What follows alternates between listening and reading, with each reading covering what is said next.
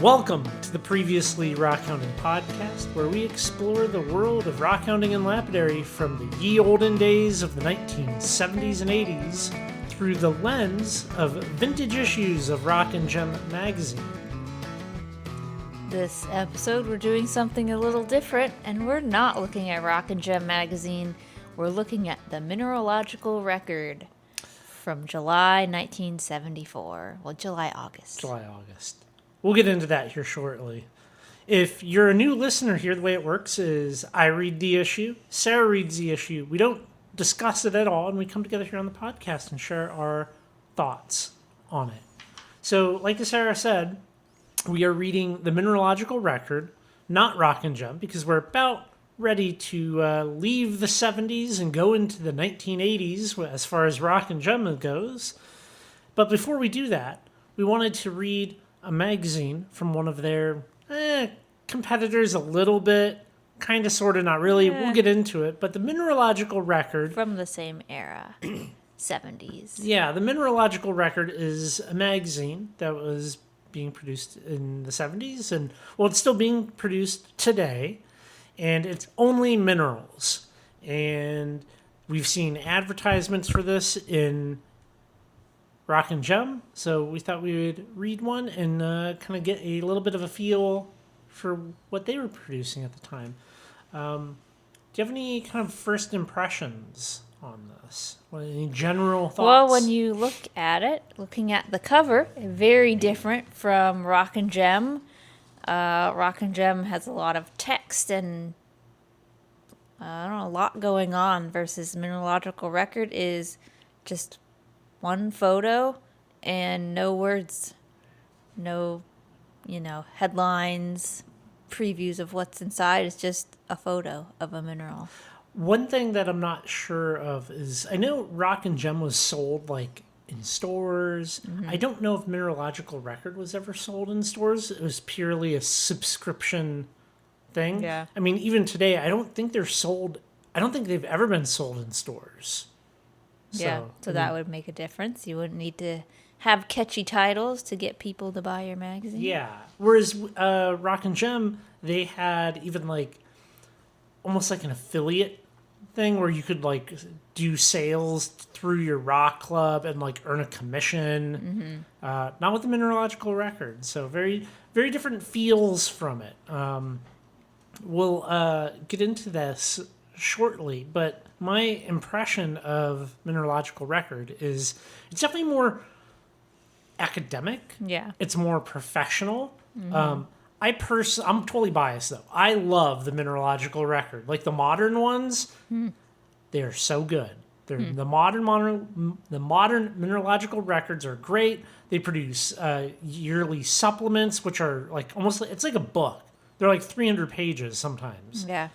They also have actual books that they publish. So they really are a top-notch publisher. And going back into the 70s, I would also say that they're quite good.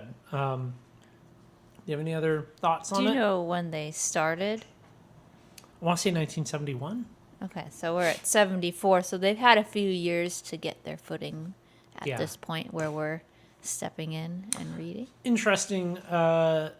Mineralogical Record number 1 was recently for sale on eBay. Full black and white, no color. Which, as far as observing minerals go, I feel like color is important, at least for me. I like it. But did this one have color photos? No. So this one's black and white too. Well, even the cover was black and white. So. It was a very different reading experience. Like you said, is black and white versus Rock and Gem has moved to more color pages more later in the 70s, though. This is kind of early, mid-70s. But they did have some descriptions on the photos saying what color they were. Yeah. Because, like you said, it's an important part of observing a mineral. The ads in this, typically with Rock and Gem, the ads there's a number of ridiculous and kind of stupid ads which is funny. It makes for like a good content to like research and for us to talk about. Not so much with the Mineralogical Record. Yeah. They're more so like, this is my mineral business. Here, please contact me. You can buy topaz. Like very kind of like matter of fact, just like straightforward little ads. Yeah, they were much more straightforward. Text primarily. The ones that did have some image to it, it was like a pencil drawing of a mineral. Yeah. There was one ad that really did stand out for me. There was a cartoon ad for the Mineralogical Record in the Mineralogical Record, and it was like a drawing. It was like a cartoon of a politician looking really stressed and like stepping away from a podium. And the ad said, "Stop avoiding the issue. Subscribe now to the Mineralogical Record." Yeah, that definitely was an exception to everything else. Yes, that was very like Rock and Gem-ish versus... Maybe that was their general ad, and they're just like, yeah, let's put it in our magazine too. We've got to free space this issue. Yeah. Did you have any other ads to talk about? No, I didn't. There wasn't really much to talk about for the ads. I thought they kind of made an assumption of knowledge that I don't have, or does anybody have at this point? Like at the first ad, it was like, I have purchased Dr. Peter Bancroft's mineral collection, superb specimens available, and you're like, did that mean something to people to be like, Yes. ooh, Dr. Peter Bancroft? Yes. Do you know who that is now? No. But when collections come onto the market, people that are involved in the mineral world hear about it. Like, notable collectors are just that.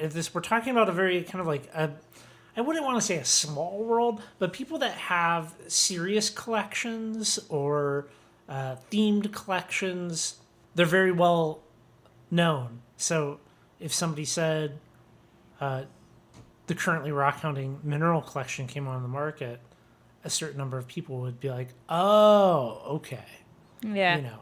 So, yeah, I mean, it was stuff like that, or they're like, I'm going to be at the Detroit show, and then they don't say, like, when or any other details, because they're like, you'll get the information somehow. The Mineralogical Record at this time was a little bit almost newsletter-ish. Like, there is an assumption that you kind of are involved in the world of minerals somewhat.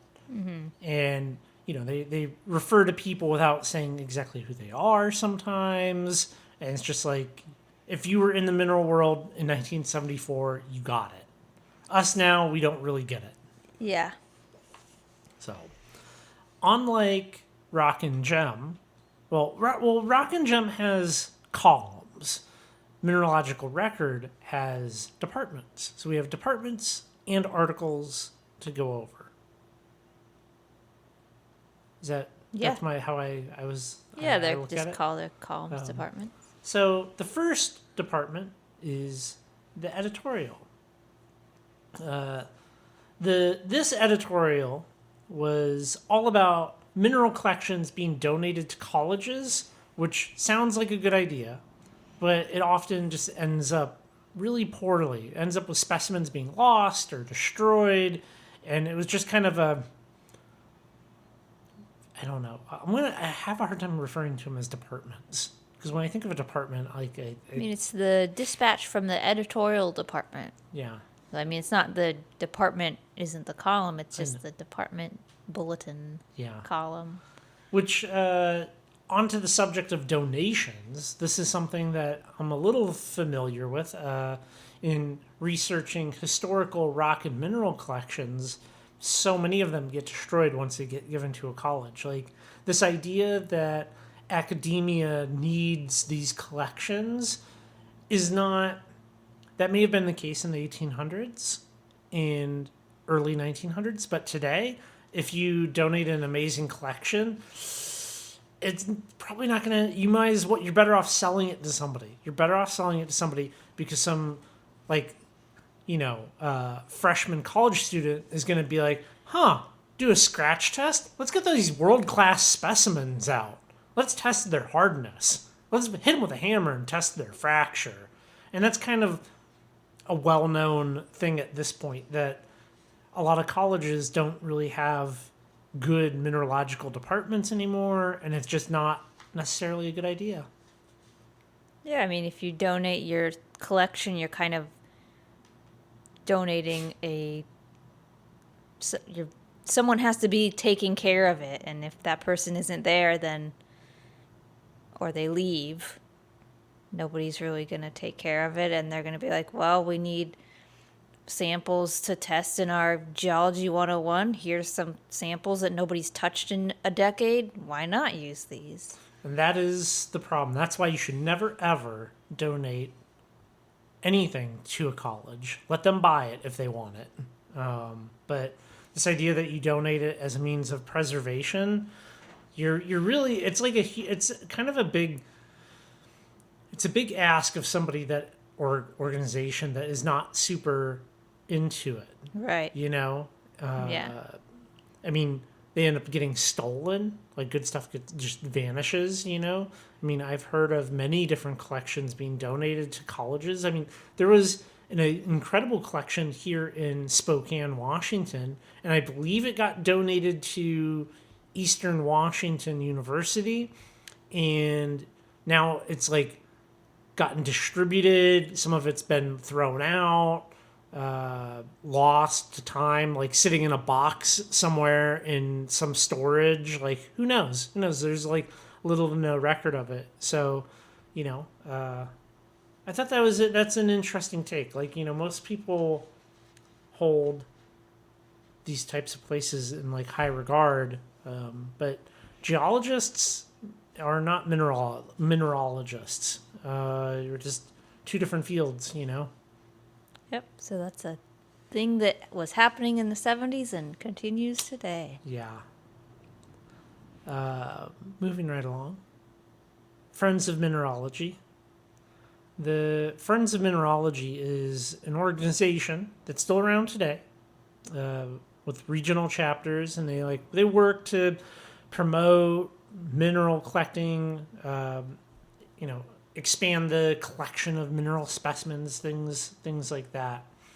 So in this column, they were discussing their desire for a locality name register, which would be a directory of location names and what comes from there. Because this is like their own. I didn't really get it because the Friends of Mineralogy, they have like their kind of overarching national organization, and then they have regional ones. Like here we have the Pacific Northwest chapter. So why they have this kind of column in Mineralogical Record, I don't really know. I guess it was just another means to communicate to people. Yeah. Best I can tell, this never became a thing. Oh, yeah. I was wondering if it ended up happening because they really described a lot of steps to make it happen. Like, they compile the sites, and they're like, oh, get your regional chapters, like compile your sites. Then we're going to send them to a review panel to check the accuracy, and then it's going to get edited, and then it's going to get published. And you're like, that's a whole panel of people are going to check accuracy? Like, what does that even mean? Like, you're like, I got these sites from the Pacific Northwest chapter, and I need to check the accuracy. How are you going to do that other than calling the Pacific Northwest chapter? So, yeah, it sounded very ambitious. So, I think the idea behind it would have been like, they wanted to clear up confusion. That was kind of the primary here. If I said, this mineral comes from here, and you said, no, actually this mineral comes from here, and there's like conflicting labels at shows and things like that, it would be nice to have this kind of ultimate directory of minerals and their localities, so I can say, microwavelite coming from the Turk mine in Northeast Washington, Stevens County, like that type of thing, and then it gets verified, and then I can have that as a label, and people know that, oh yeah, that's actually where this came from. I'm very thankful that I'm into rocks and minerals today because we have all kinds of different directories and books and Mindat, and there are several physical publications now that do act as this. But yeah, I thought it was interesting that they had such a, I don't know, like a organizational like push to do it. Yeah. Next column was the photographic record. And this one was all about lighting techniques. When I first looked at this article, I just flipped through and I was like, oh, the pictures are not very good. That's weird. And then when you read it, it's actually they're trying to take a photo of something small, and they take a photo just as anyone would, and then they point out the problems and they try to fix them, and then they take another photo and they point out the problems, try to fix it, and so it's like 3 different versions of the same photo. That's why it started looking bad and ended up looking pretty decent. Yeah. But that must have been quite the effort. I don't know, taking photos when you had to develop it just sounds a million times harder than taking photos now. Yeah.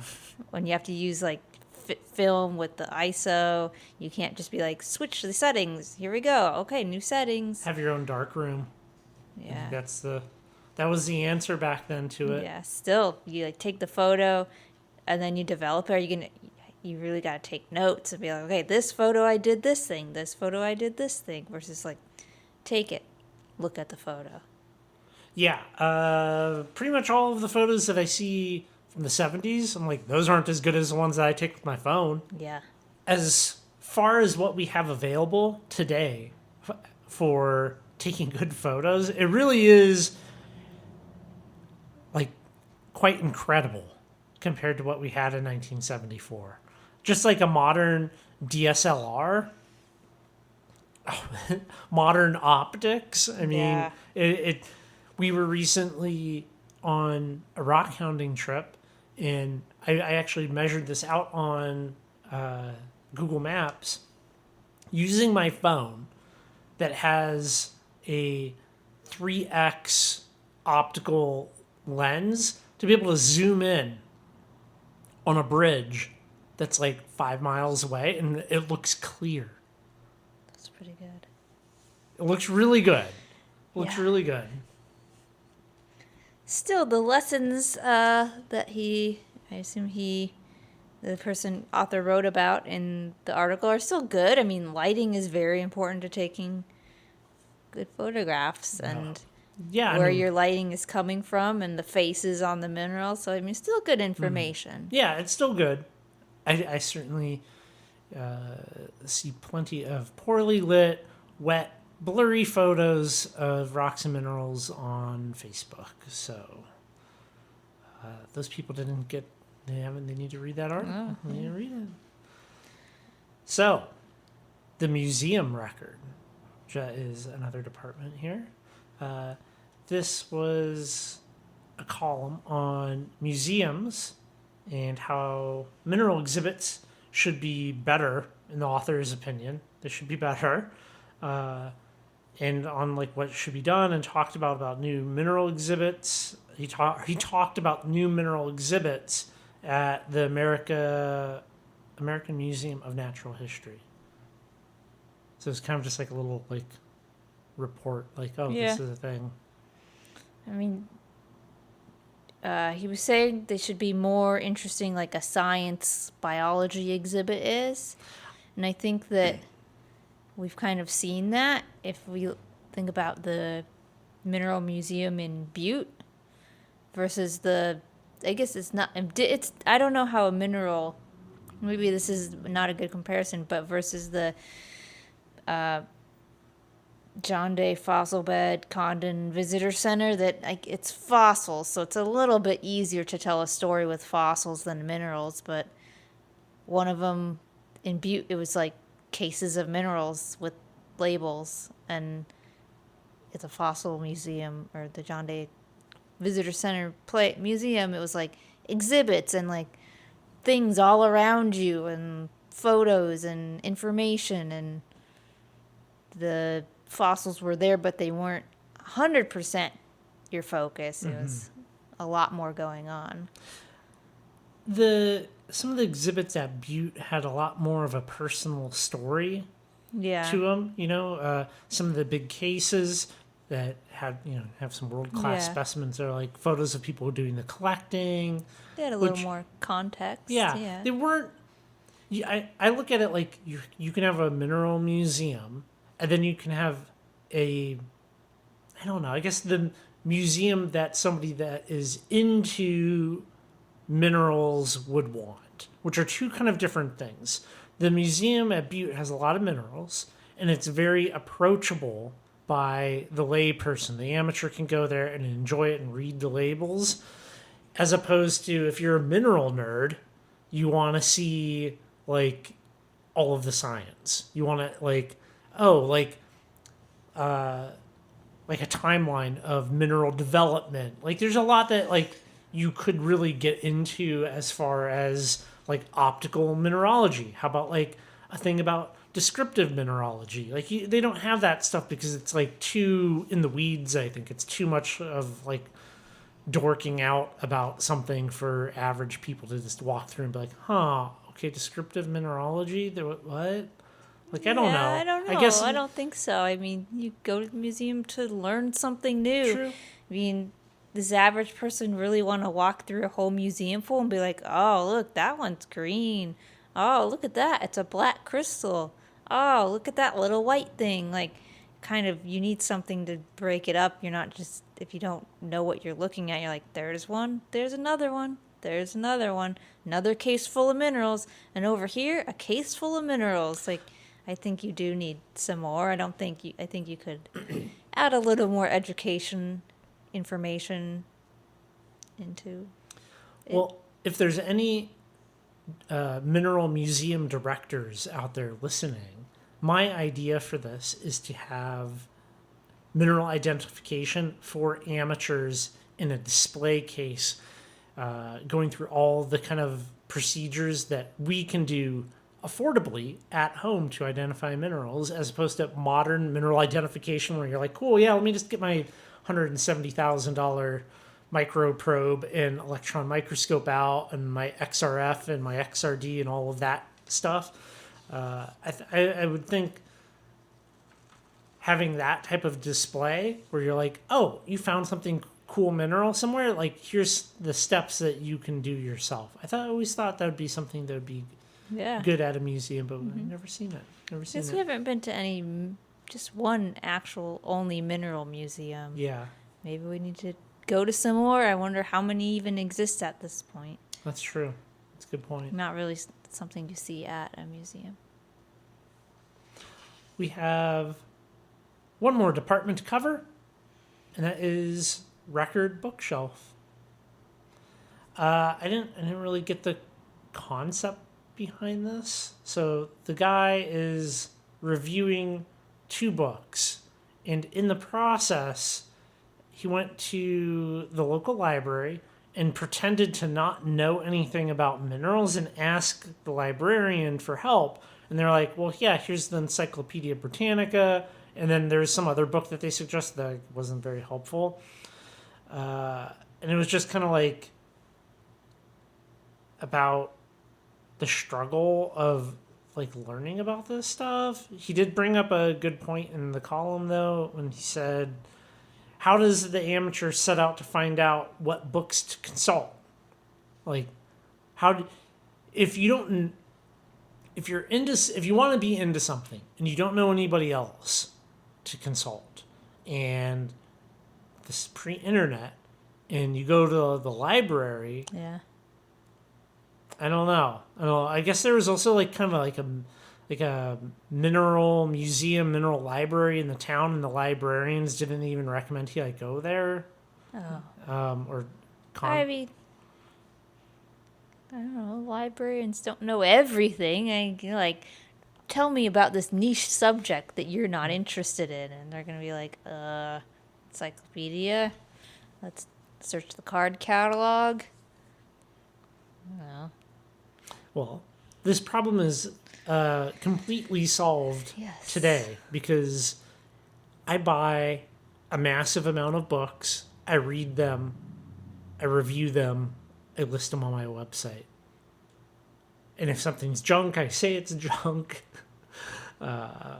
It's never been easier to find interesting books on very niche subjects. Even yeah, so that well, that's all of our departments. We do have some articles here, less articles than Rock and Gem. Sometimes there's a lot of Rock and Gem articles. So Yeah, these were a different. I don't know. Are they longer? Definitely, the magazine is smaller than Rock and Gem. There's Yes. fewer pages in it. way less ads. Yeah, less ads, more content. Are they the same? It'd be interesting to take a Rock and Gem and see how much actual meat Yeah. there is once you remove the ads. Are they Yeah. the same? So this one was about 40 pages long. This magazine versus Rock and Gem's about 90. Do you want to comment on the page numbering system? So, Yeah. oh, go ahead. So they put out a year's worth of issues and they consider it all kind of one. Like this is volume 5, number 4. So this is the 5th year, the 4th issue. And the pages start at 1 in January, February, and go the whole year. So this one was pages 156 through 195 approximately. Yeah. Yeah, but it's a different, not having as many ads. Just how they set up the magazine is different. Like Rock and Gem is 3 columns, and this is 2 columns. Definitely seems like there's more words on a page than Rock and Gem ever has.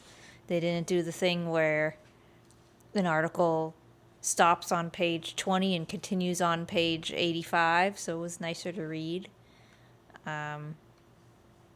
It's definitely a more pleasant reading experience. Yeah. The only thing I didn't like about reading the articles was there wasn't a symbol to show the article was over, Yeah.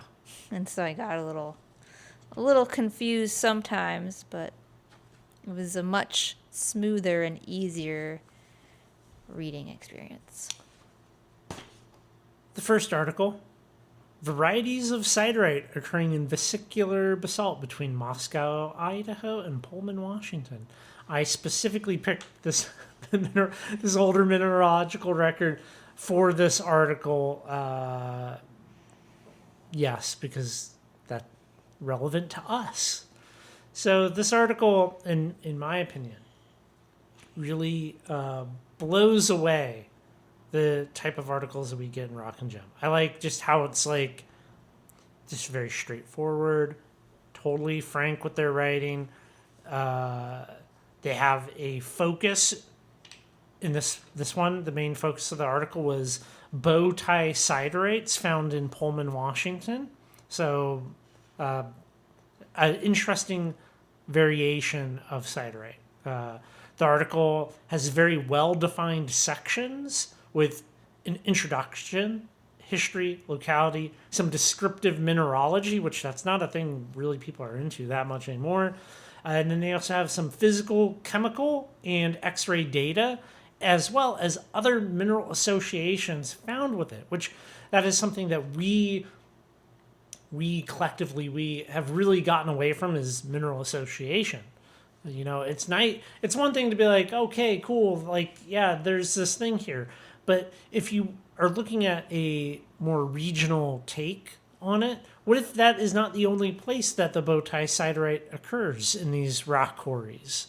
Having the mineral association, other things that you can look for as potential indicators that you might want to look for is a really helpful thing. I mean, people are always like, oh, well, how do I know where to find crystals or agates? And it's the mineral association of those things. So it's nice that they're just printing that stuff. And then they also gave all the references So different references that they used in the article, they listed that at the end of the article, which I've already went and read all of the references that they referenced. So, like, that's really, really nice. As opposed to sometimes when we read Rock and Gem, you're like, where did this even come from? It's more like Rock and Gem is like you're reading somebody's personal just like recollection of a thing, and this is reading a more put together professional article. Yeah, I mean, Rock and Gem is more storytelling, and Mineralogical Record, most of the articles, a lot of the articles are more like a scientific report, like your introduction, your like you said, all the headings, and then it ends with a summary, and then it ends with references. Like that's a very scientific article format. What do you like that though? I think it's nice to have the headings and break it up a little bit. I found myself having less to comment on. Yeah, I mean, it was very academic, so just I don't know, and not I don't can't be like, oh, those other minerals found with the siderite, huh? That was interesting. Like, yep, it's calcite. Yes. Not much to say about that. So it's probably for even though the Mineralogical Record is a nicer reading experience, it's probably not as good choice for long-term podcast discussion. I agree. The next article, Colemanite pseudomorphs from the Corkscrew Mine in Death Valley, California, which, like the title suggests, it's about Colemanite pseudomorphs after Inuite. The photos in the article were not very great. That was my. They did have size. Like a lot of the photos they had us told how big it was, and they described the colors, so that helped. I'm not really familiar with this material at all, but I did look up the Colemanites from the Corkscrew Mine on Mindat, and they look amazing. They look absolutely incredible. So. For you Mindat users, go look that up. It is a pretty short article about the author opening up a pocket of it, and then talked about two different kind of theories behind the formation of it. How they formed. There wasn't much there. Yeah, no. Okay. That was that. Yeah. Blowing right through the articles. Next one. Would you like to introduce this one? Because it has a French word in it. Yes. What was it called? The Discovery of Apatite on the Lièvre River, Quebec. Did this article leave you with an appetite for more? This one was interesting. I think it was. It was a little less. It was still. It wasn't like a scientific report. It was more like an academic reporting where they're looking at the history of these locations of where apatite was discovered on this river in Canada, and referencing people's old journals and trying to find where that would be now, and being like, oh, I think they said this, but they meant this. Here's what's been found here. I like the personal accounts of mineral collecting adventures from, 100 years ago, 200 years ago. Some of this history, like when I was younger, reading things like adventure like books, Hardy Boys, like that kind of like that. Still, like that resonates a lot with me. So, the background story of this, I'm like, oh, this could be such a good book. Just this guy's life. So, the background story here is Lieutenant F.L. Ingle was the guy that kind of set out on this journey. He joined the militia at 14. He then later joined the army at the age of 18. In 1829, the Council of Natural History Society of Montreal issued Ingle a set of guidelines for specimens that were to be collected on an expedition. I can't imagine doing this in the 1829, 1830s time frame. So in June of 1829, a party of 9 people set out by canoe to travel from 3 rivers up about 200 miles, then turn westward to the source of the... How do you say the name of that river? What was it? Lièvre. And then downstream to Ottawa, then to Montreal. And it took about 4 months to do this. And in the process, they collected about 182 specimens, which the Natural History Society was like, these suck. Yeah. They're like, what did you do? That's why you don't... Yeah. This is why you don't be like, send... Like a random soldier out, and you're like, here's the guidelines, go at it. I guess he did have like an affinity towards like minerals, so like he wasn't like a total like noob at it, like... But Still. man, can you imagine like 1829 and you're going out, just been like, let's go look for minerals for 4 months. Like that's awesome. That I would love to hear. I would love to read the journals of that. You know, it obviously the journals are lost. They actually mentioned that in here. Oh, really? So, you know, I guess like he collected some small pieces of apatite and said that they came from this Cedar Rapids portage where he collected them, but that site has never been able to be relocated.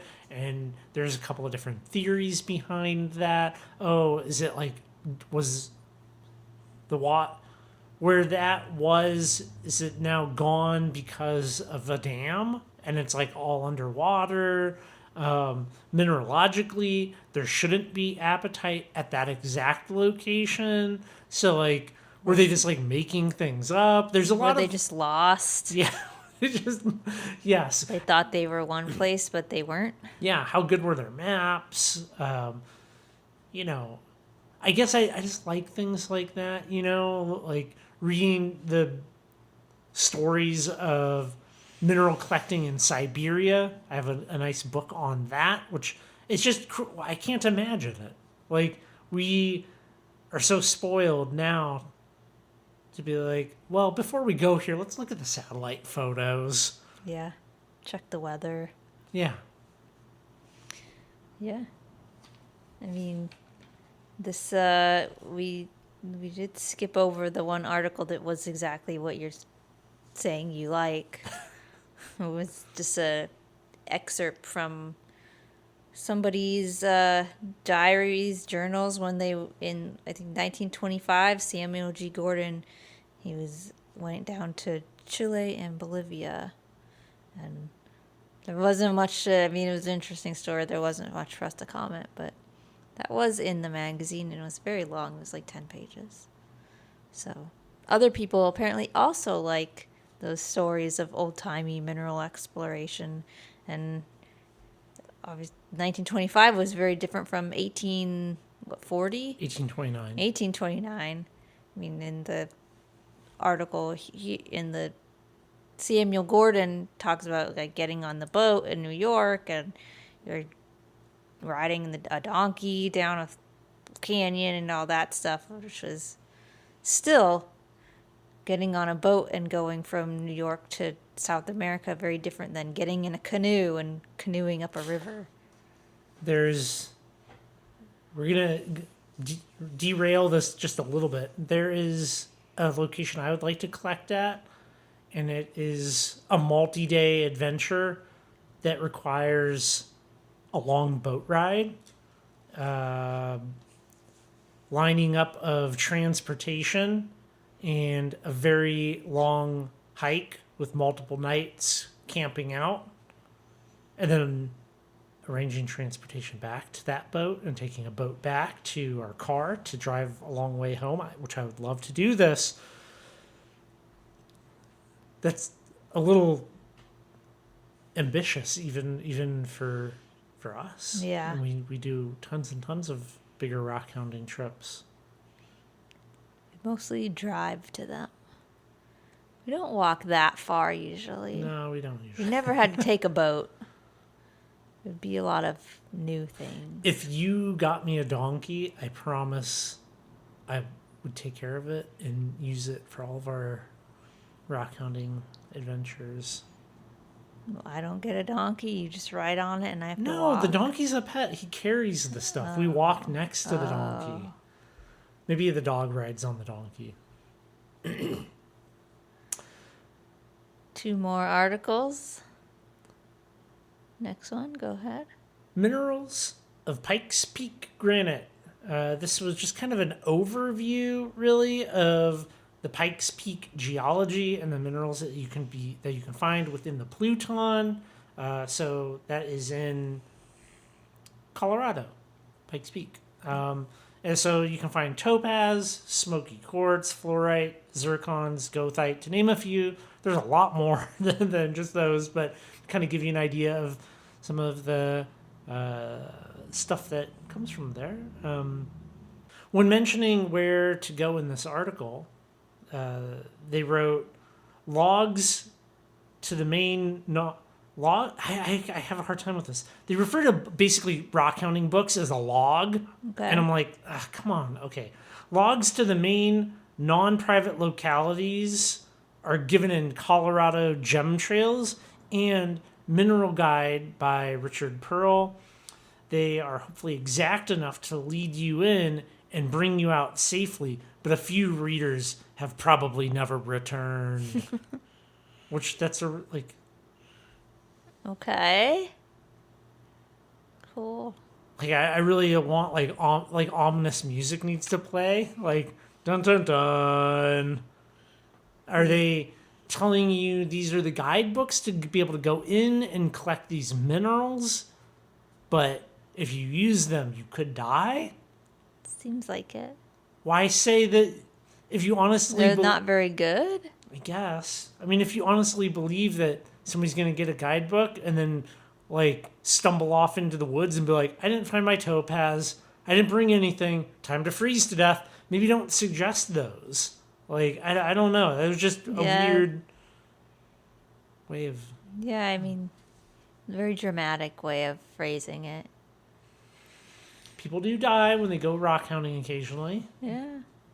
'Cause the books don't give good enough directions. Yes, they need to give directions like, I don't know, don't work in this partially collapsed mine because it could fully collapse. Don't fall off this cliff. Don't, I don't know, get lost. Do we really, you shouldn't have to tell people those things. Well, we have one last. Did you have anything else you'd like to add to that? No.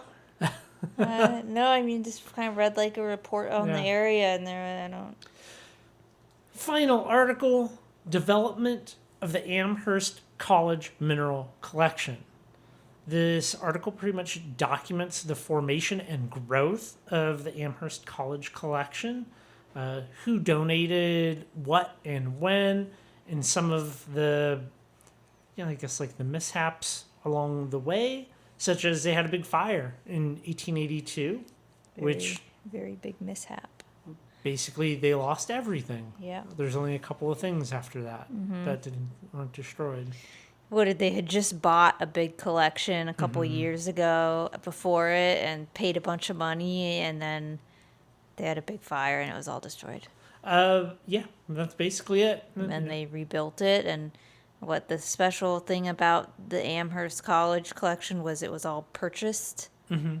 So I don't know what that implies that it's carefully curated and it wasn't just like somebody giving you a bunch of stuff. It was like, look at that collection. We want that. Let's pay money for it. Yes. You can still go visit it. Yeah. It seems like there's a lot more mineral collections on the East Coast Yeah, than there are out here. true. Seems like it. I would go there. Sounds Museum like road trip. yeah, I don't know. kind of far. It's a little far. It is a little far.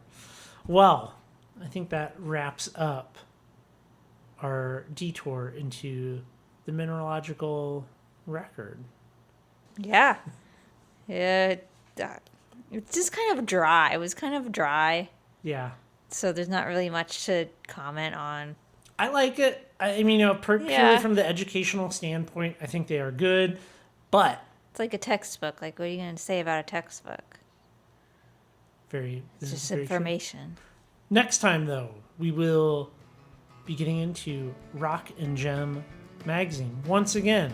This time from the 1980s. We will be starting out in April 1980. It is the 1980 Rockhound and Lapidary Handbook, a buyer's guide to lapidary equipment. What's new in jewelry making? New mineral finds?